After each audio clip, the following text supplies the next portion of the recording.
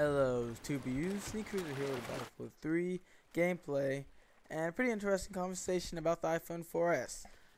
Basically, as I'm doing this commentary, the 4S just came out, and when it came out, I really didn't know anything on it. Now it's out, and I did a little bit of research and decided to make a commentary on it since I'm just going to assume there are other gamers out there that have no clue about it either. So, there are basically three things that Apple is trying to show you that's really huge step up for the iPhone 4S, and I'm going to tell you about them. The first one is the camera. They want you to realize up front that it has 8 megapixels, which is 60% more pixels than the camera on iPhone 4. In English, that means that you can have better picture quality because the camera has more to work with. It gets better resolution, it can catch light better, all that kind of stuff. Also, it also has new optics, which also helps on the same idea. Another thing they wanted to push to you was that the actual iPhone 4S has the same build-up in its camera as big high name and brand cameras. So basically, they want you to know that you're buying something that's around the same level camera-wise as some of the big ones that people pay big money for. But the thing that really excited me about this iPhone 4S is this thing where you can actually edit pictures on your actual iPhone 4. Now this excited me because I was thinking that maybe these are the first few steps, so that maybe only our iPhone would be the thing that we need in actually recording altogether. For instance, like maybe one day, I don't know, iPhone 11 or something will actually be able to, like, who knows, make our own, we'll edit and make our montages on our iPods. Like, how cool would that be if that one day there's an HDP VAR let out specifically for our iPhone or iPod. Now, I'm sure there's a lot of logistics in it, but I thought it was a really cool idea, and maybe, who knows, the first few steps allowing something like that to happen. So that was the main idea of the camera, and this is a pretty good gateway to allow me to lead into the second topic of the Siri. I'm not sure it necessarily has pronounced, but if you know anything about it, the littlest thing you would probably know would be that the Siri, you can text by talking.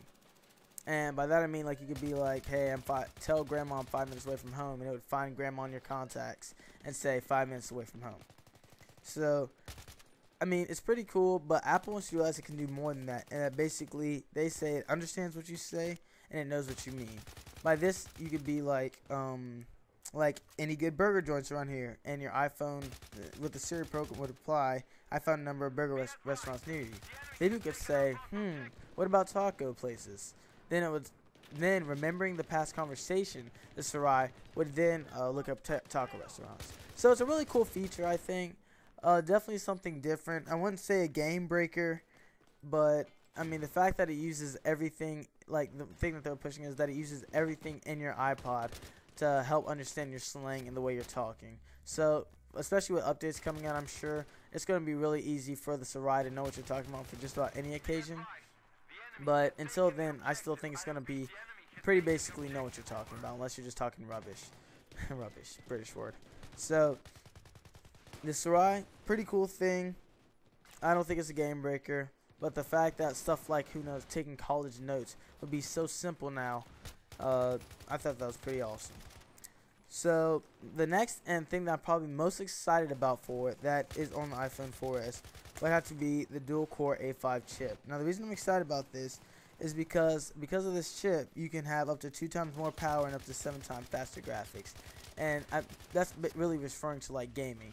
So now whenever I play Nazi Zombies on my iPod, it'll be hopefully a lot less laggy and a lot less glitchy.